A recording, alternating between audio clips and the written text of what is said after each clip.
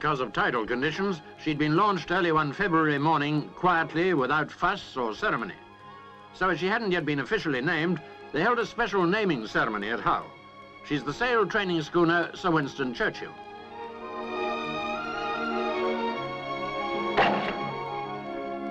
The first three-master built in Britain for training young people in the ways of the sea, she's also the first ship of her kind to be paid for by public subscription.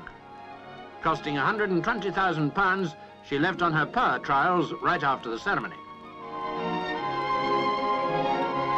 After her maiden voyage at the end of the month, she'll take part in the tall ships race in July. But before then, we'll bring you a special report on the sailing trials of this unique adventure schooner.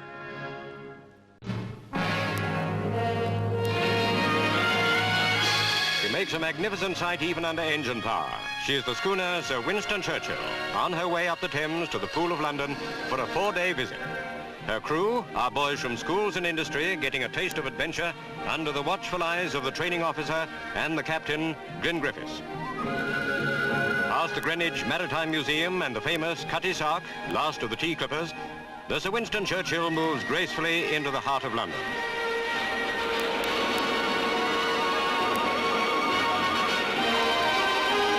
The boys making everything shipshape have completed 2 weeks of training on board the 300-ton three-master. They are aged between 16 and 21 and have tasted the spirit of adventure under sail in a unique ship, the first of her kind in the world built by public subscription.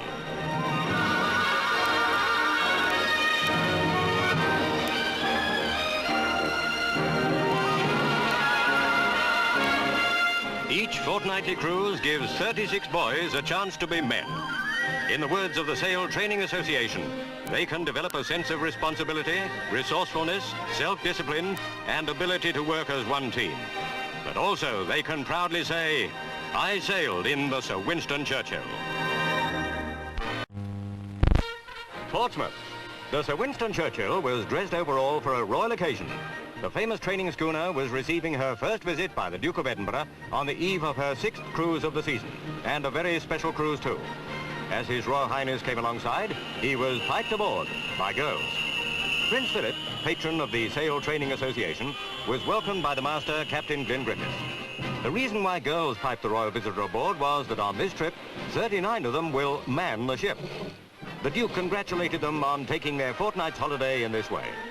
A few of them already have a little sailing knowledge, some have none at all, and certainly none have ever been part of the crew of a schooner.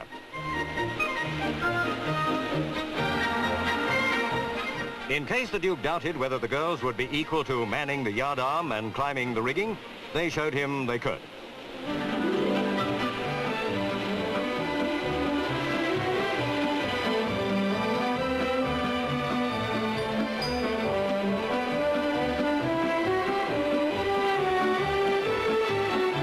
Remembering his own Dartmouth training days, the Duke knew that it takes a good nerve and a head for heights.